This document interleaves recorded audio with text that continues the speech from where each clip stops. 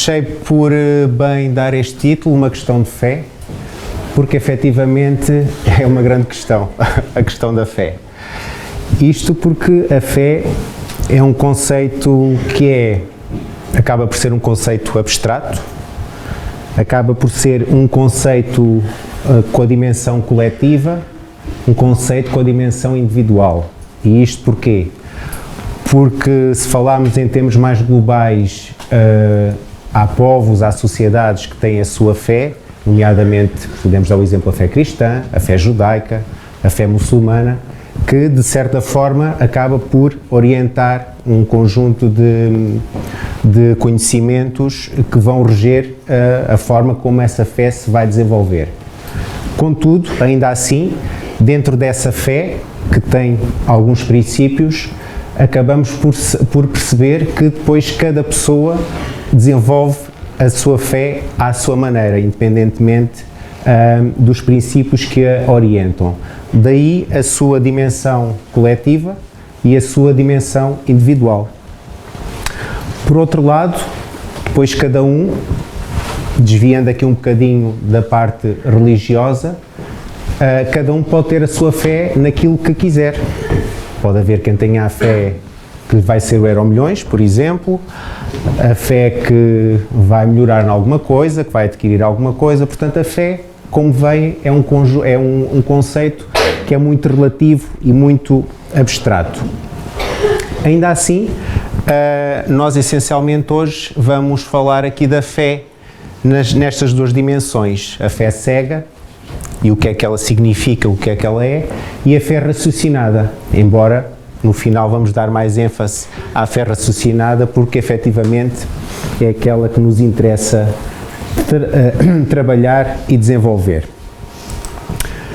E para iniciar, escolhi esta passagem do Evangelho de Mateus, em que os apóstolos, na impossibilidade de terem conseguido curar uma criança, questionaram Jesus: porque é que não podemos nós outros expulsar esse demónio? Ao que Jesus respondeu: por causa da vossa incredulidade. Pois em verdade vos digo, se tivesseis a fé do tamanho de um grão de mostarda, dirias a esta montanha: transporta-te daí para ali, e ela se transportaria, e nada vos seria impossível. Portanto, este vai ser o nosso ponto de partida. E só para ilustrar, um grão de mostarda, pronto, é uma imagem meramente ilustrativa, mas tem umas dimensões muito pequenas. E Jesus simplesmente disse que se a fé fosse só deste tamanho, já permitia mover as montanhas. Ora, como todos nós sabemos, Jesus, para transmitir as suas mensagens, recorria a figuras de estilo.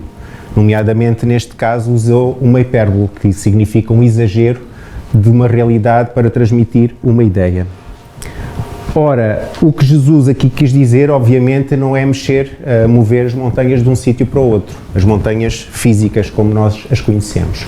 Aqui o que Jesus quis dizer é que a fé é importante porque as montanhas a que ele se referia é os nossos pendores que nós trazemos, o egoísmo,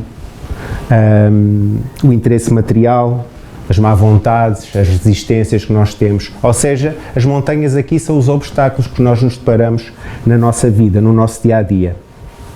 E que, se tivermos uma fé que é forte, que é robusta, ela dá-nos perseverança, dá-nos energia e dá-nos essa capacidade de ultrapassar esses obstáculos. Se essa fé já for fraca, se for vacilante, pelo contrário, surge a incerteza e a hesitação.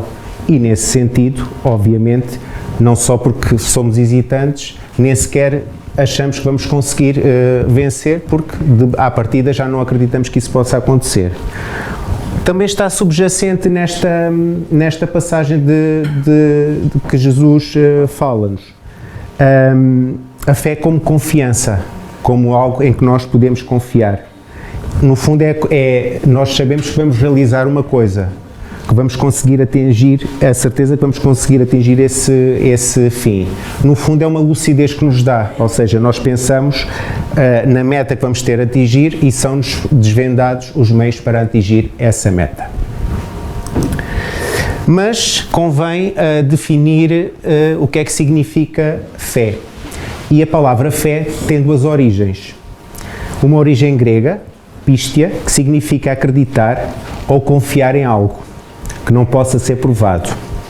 Já na sua origem latina, fides, que significa acreditar, mas agrega aqui o conceito de fidelidade.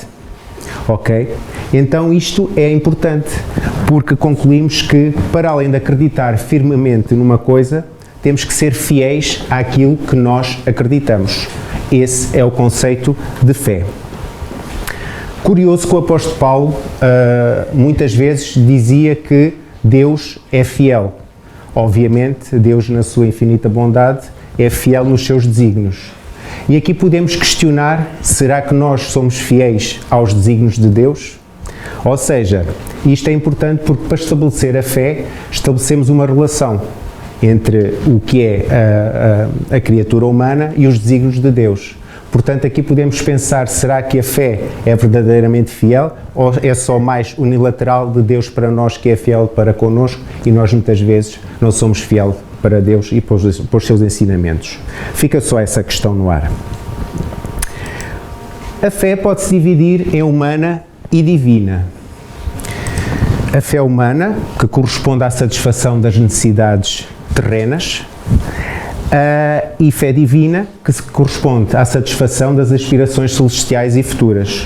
Ou seja, a nível da fé humana, são as coisas que são relacionadas no plano terreno, eu conseguir terminar o curso, eu conseguir adquirir alguma coisa, eu ter saúde, pronto, são exemplos de fé humana. Já na fé divina, correspondendo à satisfação das aspirações celestiais e futuras, a criatura humana já ambiciona algo mais, ter consciência que somos espíritos criados simples e ignorantes e que estamos num processo de evolução e procura, através da fé divina, procura essa elevação e esse melhoramento.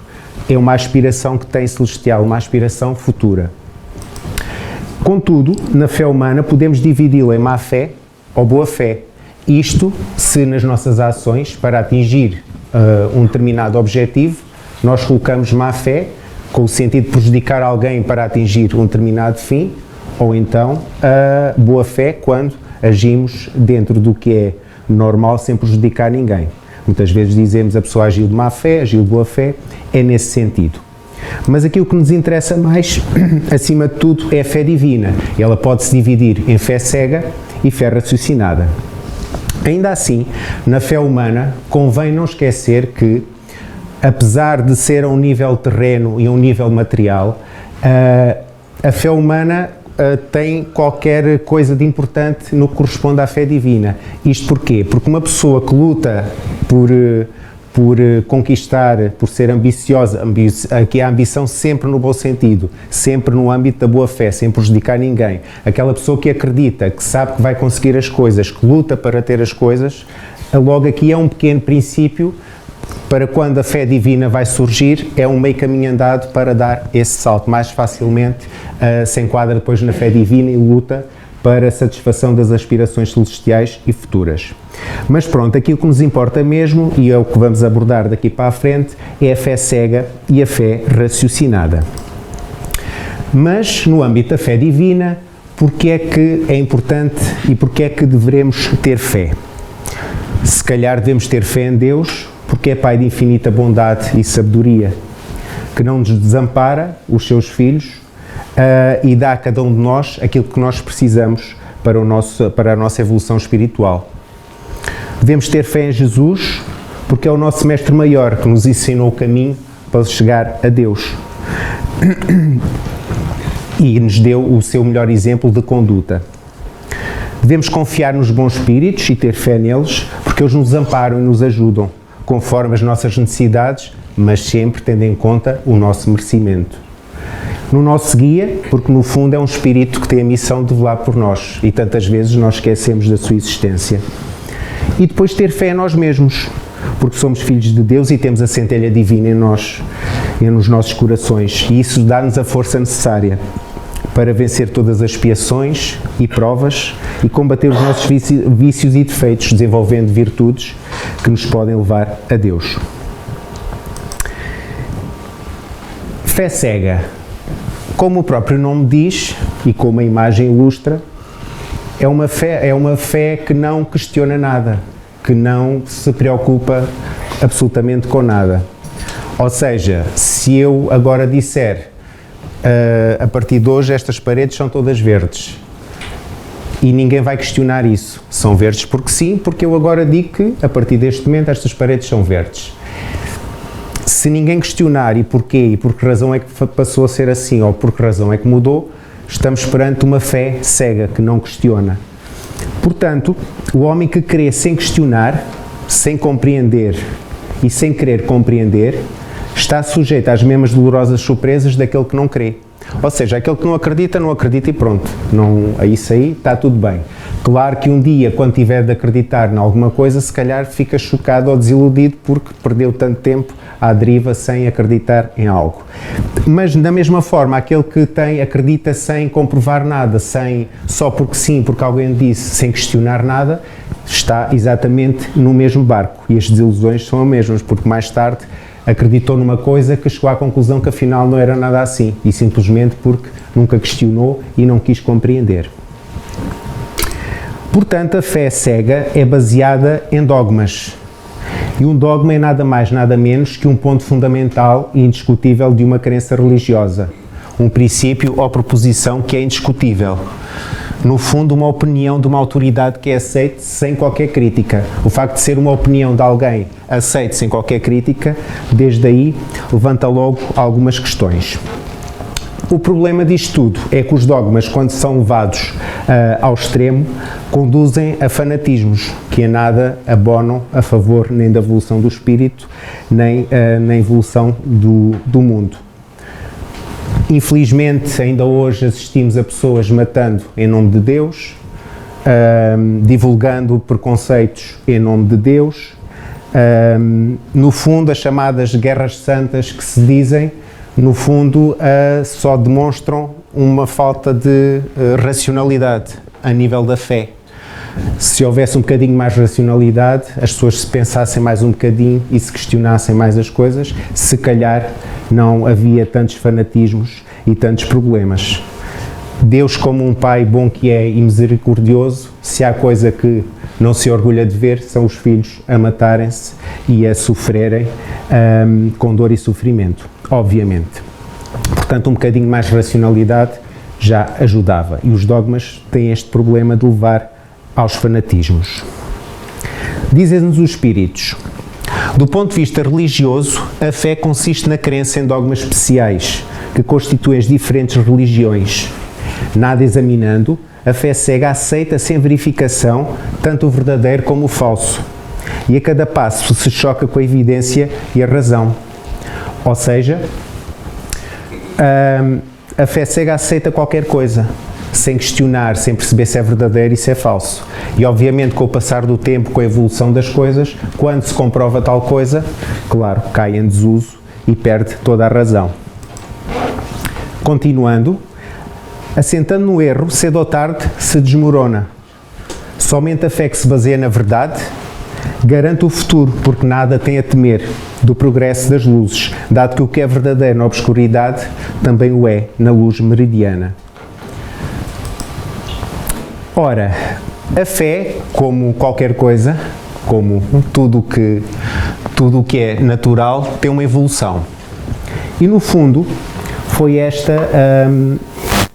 conseguimos dividir ao longo dos períodos do tempo a evolução da fé. Já na pré-história, na era paleolítica, o homem começou a já tinha algum sentimento de fé, já acreditava na magia, já se preocupava em cuidar dos seus mortos, dos túmulos, e no fundo a fé era baseada nos fenómenos naturais, ou seja, nas tempestades, nos trovões, no vento, tudo isso contribuía para a sua fé. Era nesses, nos fenómenos da natureza que os povos mais pré-históricos desenvolviam a sua fé.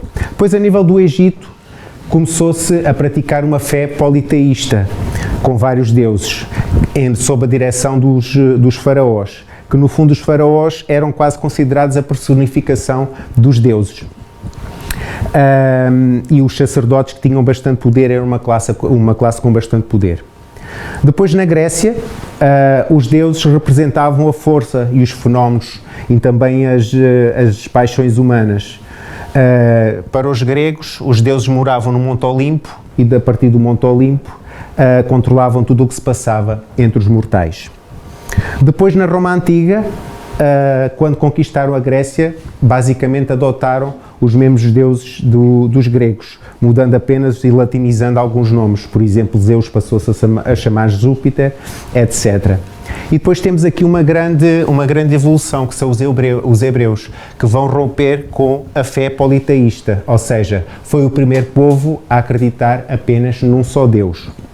E isso foi um passo muito importante, uma evolução de uma fé mais pré-histórica para uma fé mais evoluída. Com o advento de Cristo e o cristianismo, os primeiros cristãos, a humanidade recebeu os ensinamentos sublimes, que hoje, infelizmente, muitos deles ainda não os conseguimos compreender e muito menos praticá-los. Mas, efetivamente, foi com o advento de Cristo que a humanidade recebeu esses ensinamentos. E aí, aqui a fé, que era quase como uma submissão aos deuses, passou a ser uma fé de esperança, ou seja, a fé que antes era imposta deu lugar a uma fé que podia ser obtida através da aprendizagem. Depois, a seguir, a Igreja Católica, que, a partir do Concílio de Niceia, em 325, deixou a simplicidade que era o cristianismo primitivo e passou a fixar os seus primeiros dogmas, nomeadamente a crença na Santa Trindade, que Jesus é simultaneamente divino e humano, que Jesus foi concebido por uma virgem, crucificado, ressuscitou, ascendeu aos céus e voltará um dia para nos julgar a todos, etc. São alguns dos dogmas que a Igreja implementou. E o problema aqui era que tudo, ou quem pensasse diferente destes dogmas que estavam implementados, para além disso a Igreja criou a chamada Santa Inquisição, que quem não acreditasse era considerado herege ou a fogueira ou qualquer outro tipo de tortura era o resultado. Portanto, daqui o risco o problema dos dogmas e o fanatismo que eles podem levar. Mas depois, no século XVII e no século XVIII, vem surgir o Iluminismo. E o Iluminismo é importante, aliás era conhecido como o movimento de difusão das luzes, e é muito importante o Iluminismo porque vem cortar definitivamente com os dogmas e com o pensamento dogmático, e vem introduzir o pensamento baseado na ciência e na razão. Contudo, como nem tudo é perfeito, o Iluminismo vai entrar no extremo, ou seja, se antes do Iluminismo os dogmas eram levados ao extremo, a partir da entrada do Iluminismo a ciência é levada ao extremo, ou seja, o homem passa a acreditar apenas naquilo que é comprovado pela ciência, tudo o resto não existe. Existe aqui um equilíbrio. Felizmente, é nesta altura e é neste ambiente iluminista que vai surgir então o Espiritismo, mas já mais adiante. Ora, isto para dizer que podemos dividir em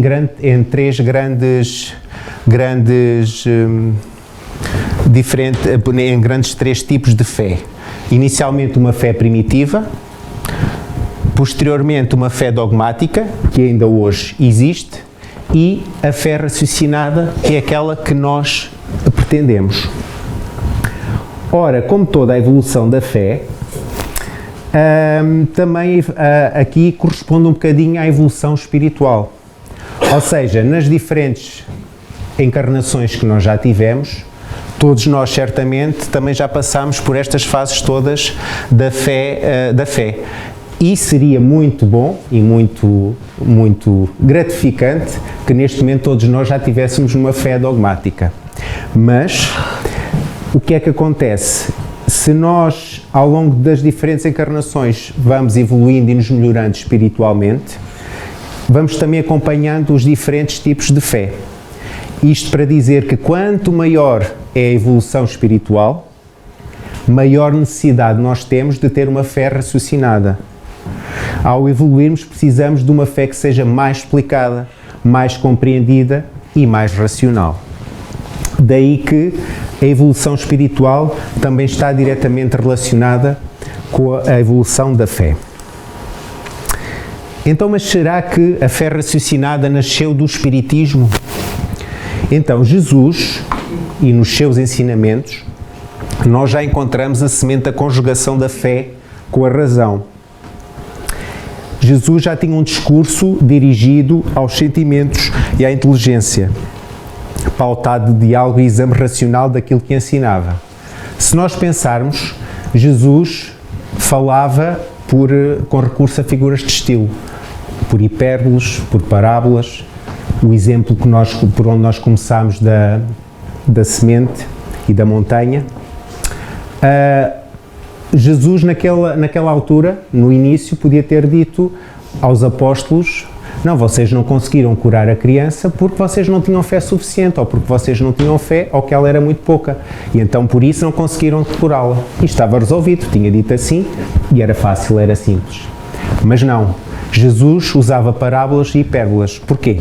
Porque isso permite que as pessoas questionassem, que ficassem a refletir, que ficassem a pensar no assunto para chegar a uma conclusão. Tanto é que os apóstolos depois, mais tarde, acabavam por ir perguntar novamente a Jesus aquilo que ele tinha dito numa determinada situação. Portanto, aqui Jesus já nos fazia um convite para refletirmos, já fazia um convite para pensarmos nas coisas. Não nos dava as informações assim de mão beijada e de qualquer maneira.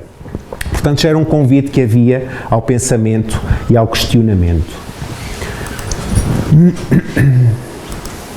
E agora não quer? Quer.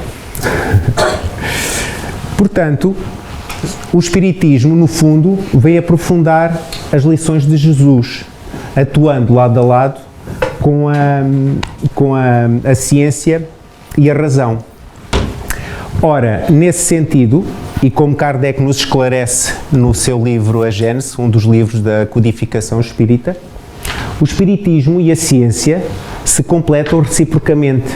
A ciência, seu espírito, se acha na impossibilidade de explicar certos fenómenos pelas leis da matéria. Já o Espiritismo, sem a ciência, faltaria o apoio e a comprovação. Ora, Kardec aqui a dizer que para o Espiritismo a ciência é fundamental, porque lhes dá a parte do apoio científico.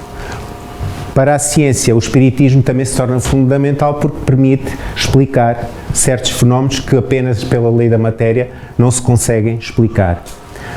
Ora, nesse sentido, e isso o Espírito da Verdade também nos trouxe, a máxima que espíritas, amai-vos. Este o primeiro ensinamento. Espíritas, instruí-vos. Este o segundo. Ou seja, é um convite para a instrução, para o conhecimento, para a reflexão, para a aprendizagem, não é? Portanto, o Espiritismo, embora não fosse o precursor, não fosse o nascimento efetivo da fé raciocinada, porque a fé raciocinada já no tempo de Jesus, muito primitivamente, era dada esse sentido, o Espiritismo vem solidificar a fé raciocinada e dando a devida importância como esta ser a fé que deve ser praticada. Ora, como é que se constrói a fé no Espiritismo?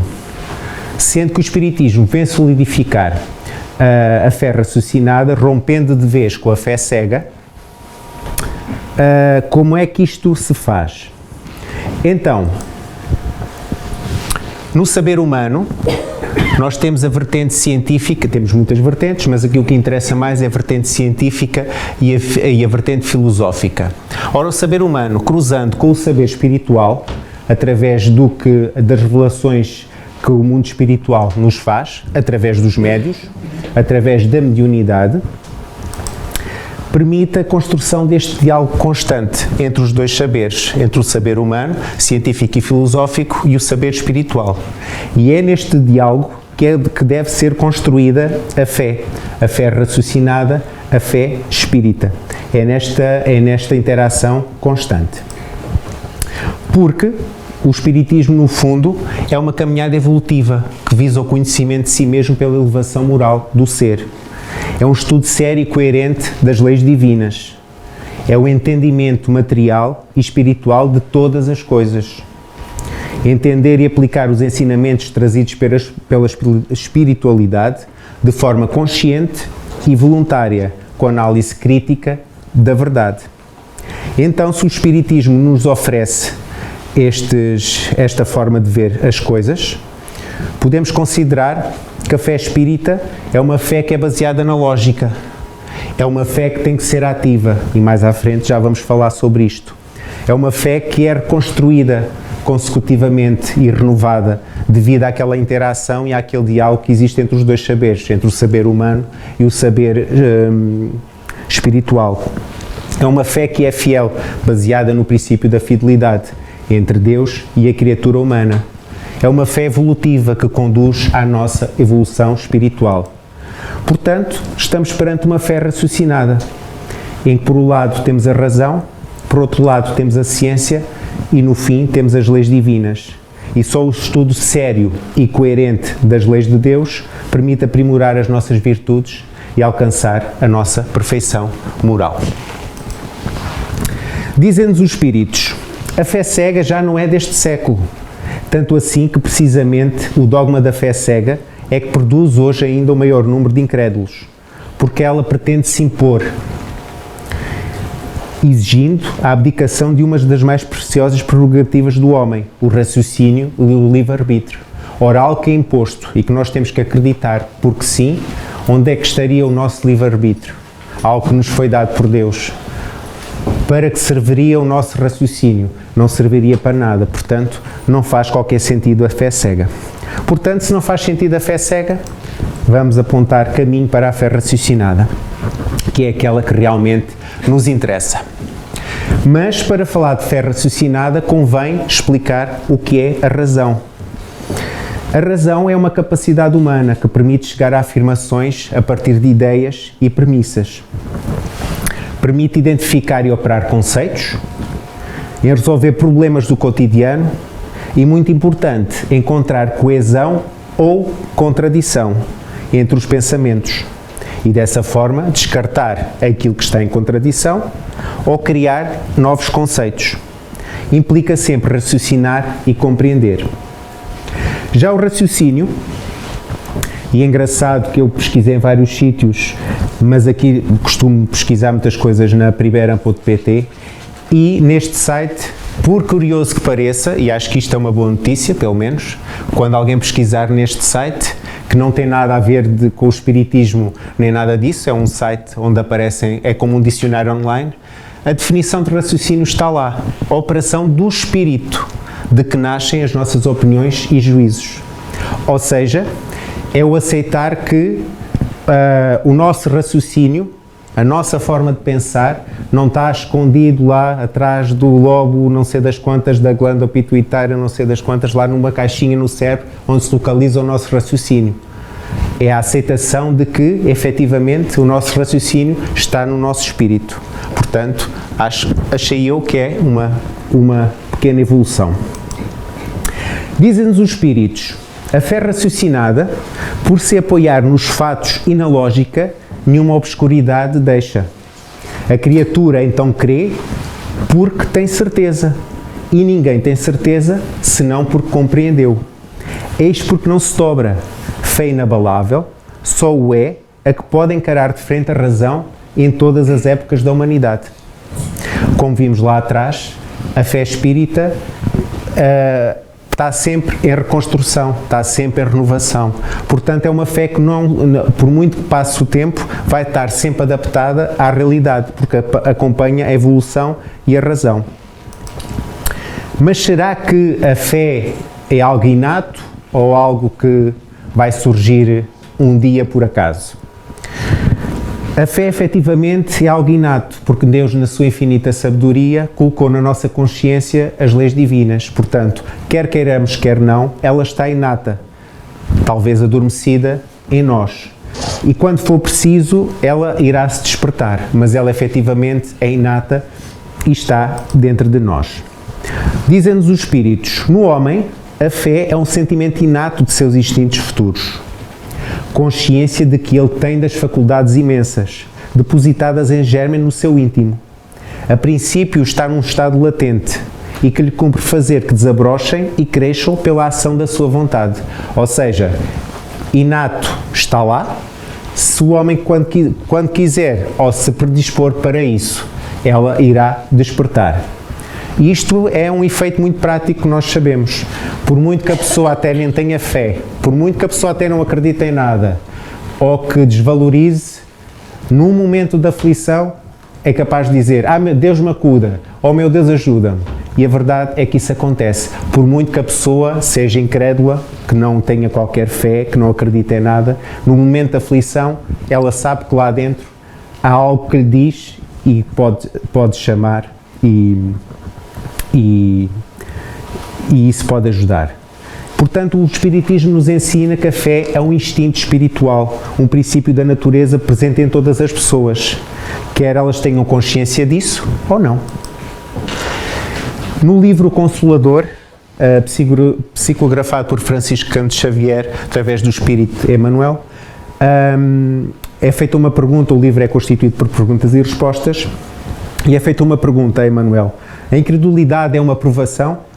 Ele responde, o ateísmo, a incredulidade absoluta, não existe, a não ser no jogo dos cérebros desesperados, nas teorias do mundo, porque no íntimo todos os espíritos se identificam com a ideia de Deus e da sobrevivência do ser, que lhes é inata, como dissemos lá atrás.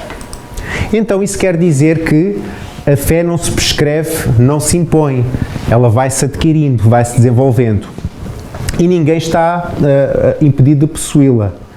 E isto acontece por exemplo, há pessoas que, num pequeno estímulo, por qualquer razão, desenvolvem muito rapidamente a sua fé. E isso tem a ver com vidas já passadas, reencarnações anteriores, em que provavelmente já tem um sentimento de fé muito desenvolvido. E que na encarnação atual, um pequeno estímulo é suficiente para que elas desenvolvam rapidamente a sua fé. Outras parecem não ter fé qualquer nenhuma, nem sequer estão para aí viradas. Ora, nesse sentido, significa que ainda existe, talvez, uma evolução espiritual ainda atrasada, ainda vai precisar de algum tempo para que isso se vá desenvolver mais. Mas isso vai acontecer um dia, nesta existência, noutra existência, em qualquer uma existência que esteja para vir. Porque todos vamos fazer esse caminho e esse processo. Mas, como é que podemos fortalecer a fé?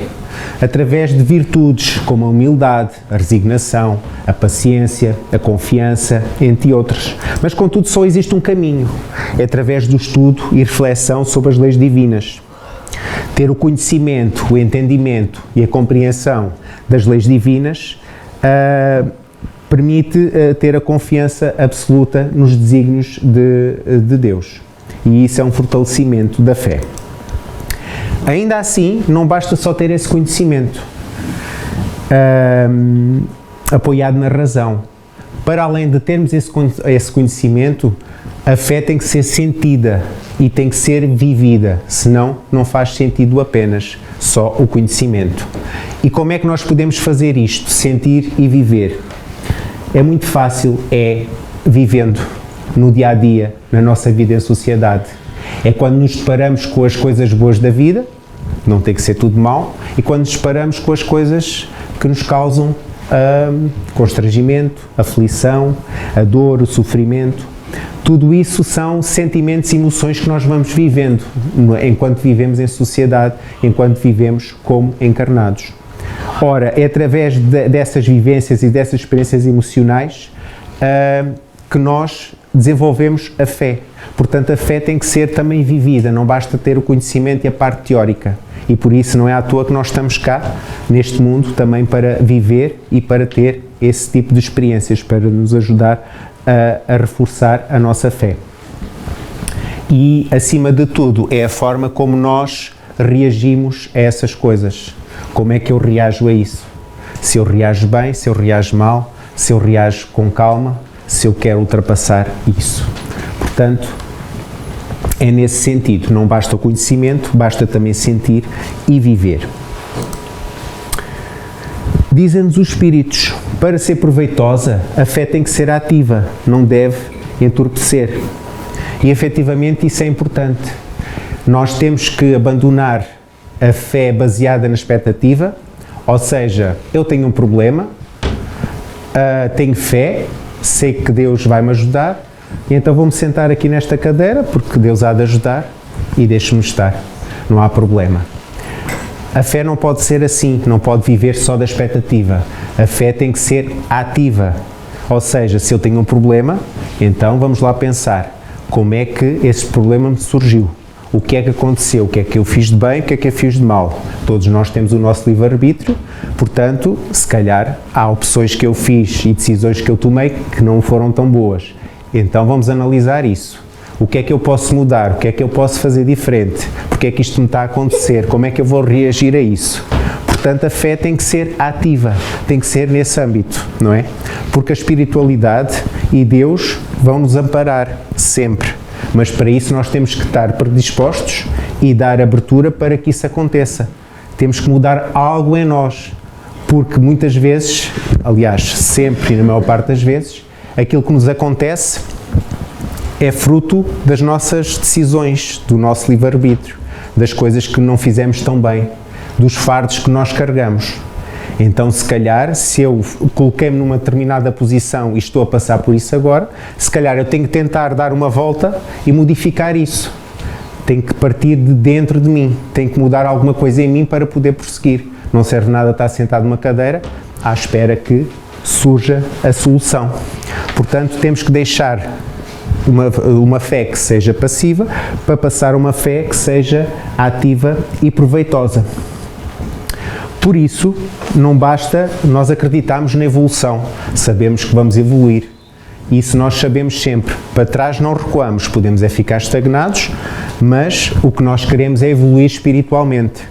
Mas não basta saber nisso, não é? É preciso trabalhar para isso. Por isso é que Jesus nos diz, buscai e achareis, ou seja, vamos à procura de uma solução, vamos para a frente e iremos achá-la.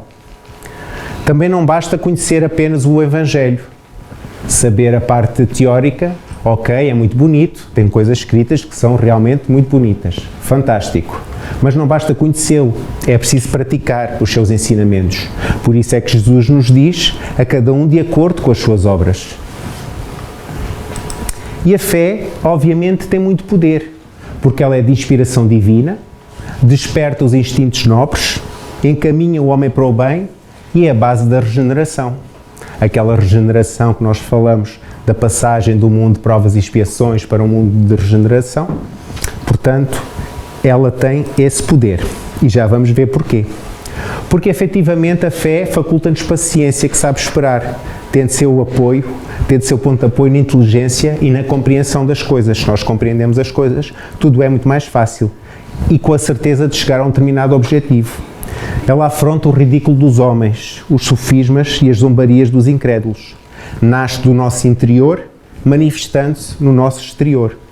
E é empolgante e contagiosa. E este contágio é excelente. Não é preciso andar de máscara nem desinfetar as mãos, porque é um contágio que vai ser muito importante. E já vamos ver a seguir. Porquê? Porque um homem de bem, um homem que praticou bem, é crente em seu futuro celeste.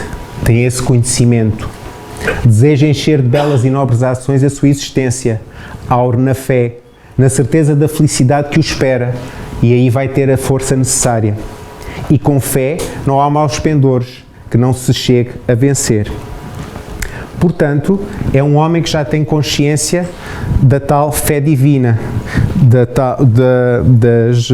das conquistas futuras que vai ter. Porquê? Porque sabe que num futuro, quanto mais se aperfeiçoar, quanto mais se melhorar, melhor serão as condições, melhor será. E isto porquê? Porque ele aprende a confiar naquilo que não vê, mas que conhece e compreende. E como é que faz isto? Através da alteração dos seus comportamentos, dos seus pensamentos, dos seus sentimentos, o que vai conduzir inevitavelmente à sua reforma íntima. Aquilo que nós muitas vezes falamos de reforma íntima e que eu já falei um bocadinho lá atrás, que é nós modificarmos aquilo que não está bem dentro de nós, darmos algo de diferente, mudar o chip, aquela reforma íntima, o nosso melhoramento, o tal chegar ao tal homem de bem, praticar o bem.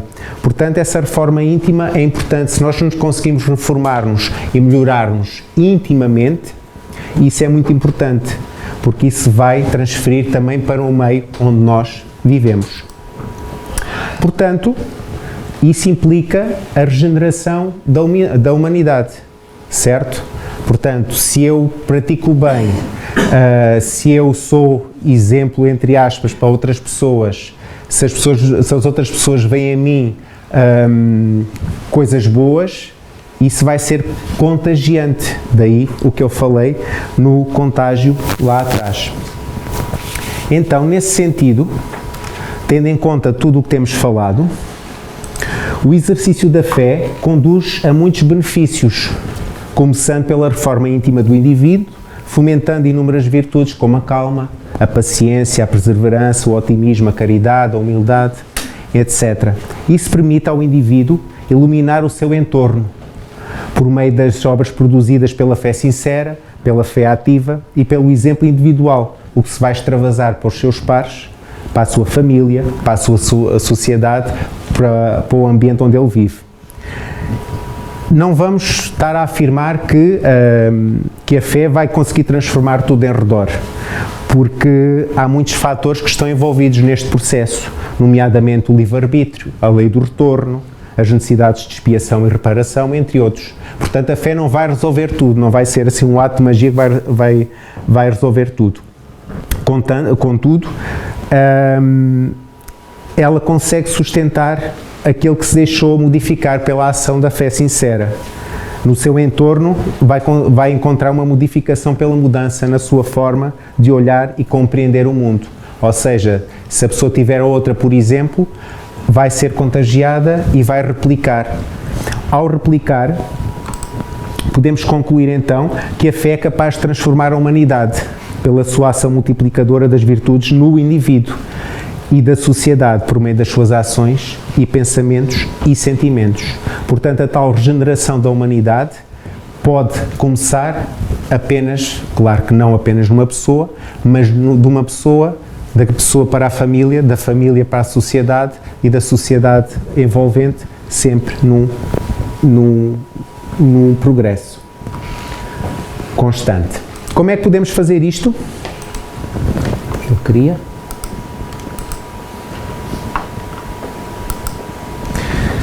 Através das obras. Esta regeneração da humanidade pode ser feita através das obras. O amor em ação, a caridade e o auxílio ao próximo. Se as pessoas fizerem isto, estão a servir de exemplo para os outros. Através da forma de encarar as provações da vida que inspiram aqueles que observam. Se eu encaro os problemas da vida de maneira otimista e achar que, ok, tudo vai passar, tudo é fase, é apenas um momento menos bom que vai acabar por passar, acaba por servir de inspiração a outros que estejam a passar por os mesmos problemas. Ao contrário, se eu for derrotista, pessimista e viver naquele sofrimento e não vou ser capaz de ultrapassar, vou ser exemplo, mas pelo mau exemplo. Portanto, se encararmos as coisas de uma maneira diferente e de forma positiva, estamos a ser exemplo.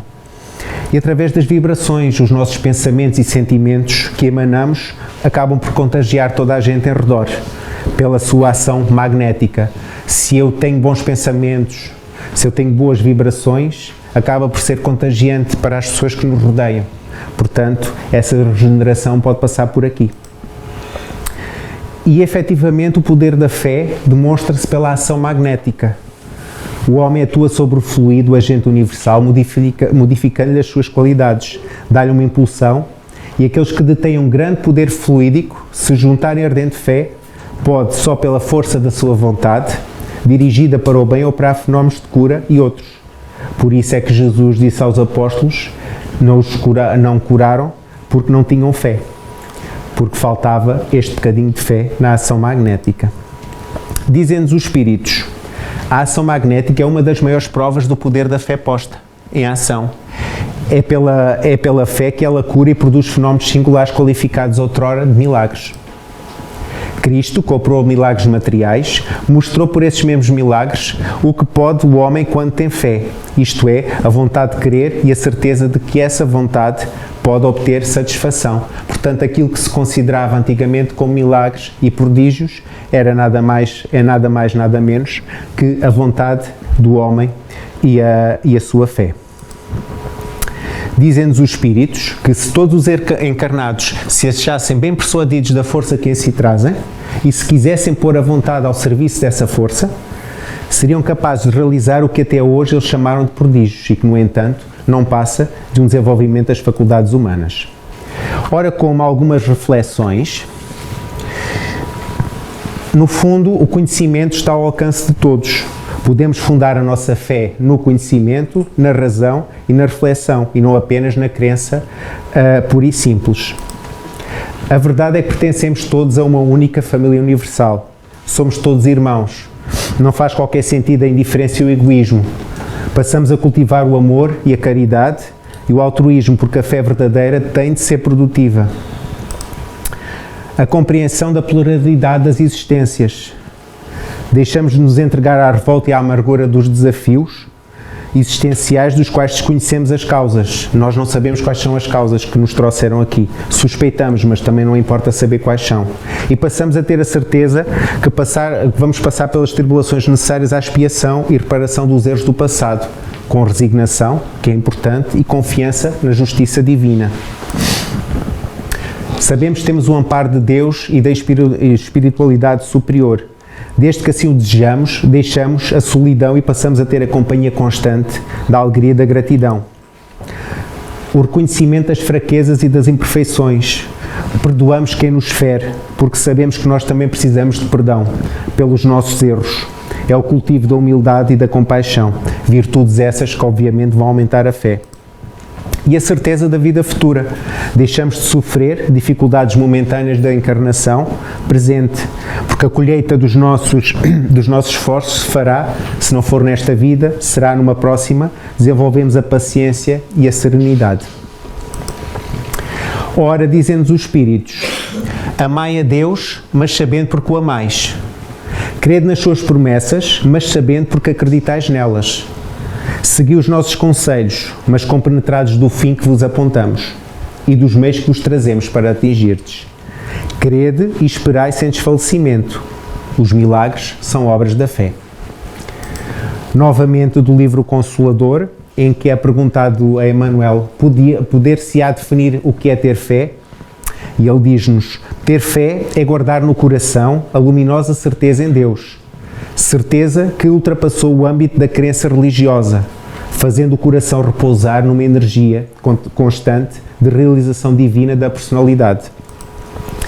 Conseguir a fé é alcançar a possibilidade de não mais dizer eu creio, mas afirmar eu sei, com todos os valores da razão tocados pela luz do sentimento. Essa fé não pode estagnar em nenhuma circunstância, o que vimos lá atrás, a fé ativa. Tem que saber trabalhar sempre, intensificando a amplitude da sua iluminação, pela dor e pela responsabilidade, pelo esforço e pelo dever cumprido. E já quase a terminar, aqui um pensamento de Divaldo Franco, nos seus 97 anos, e a lutar contra um cancro da bexiga, em que ele nos diz, e que acho muito interessante, explica-nos aqui qual a função da fé. Então a função da fé é muito mais profunda do que aquilo que parece. A função da fé não é para resolver os problemas materiais. é para inspirar-nos a resolvê-los. Não é para retirar o fardo dos nossos ombros, fardo esse que muitas vezes somos nós próprios que o colocamos, é para dar-nos a resistência para conduzi-lo. A função da fé é alegrar-nos nos momentos das dificuldades que nos desafiam e dar-nos paciência nos momentos em que os problemas se multiplicam. Ou seja, aqui a importância do que falei lá atrás de cortarmos com a fé que vive da expectativa, de acharmos que a espiritualidade vai resolver todos os nossos problemas.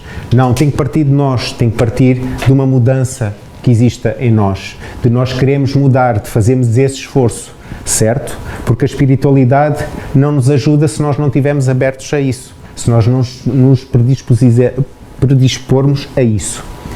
E é o que Divaldo Franco vem aqui dizer-nos. No fundo, a fé espírita e a fé raciocinada é um convite que Jesus nos faz a percorrer o caminho. Um caminho que tem que ser feito na base da compreensão. Compreendemos quem somos, de onde viemos, porque estamos aqui neste mundo e para onde é que vamos após a morte. Um convite a viver de acordo com o Evangelho. O Evangelho é como um mapa que nós temos que seguir para nos auxiliar no caminho evolutivo. E é a forma como vivemos as nossas emoções, saber lidar com os problemas com que nos vamos deparando e como os vamos superar. É esse convite a perceber isso. E a praticar, porque a fé tem que ser praticada. E como é que se pratica?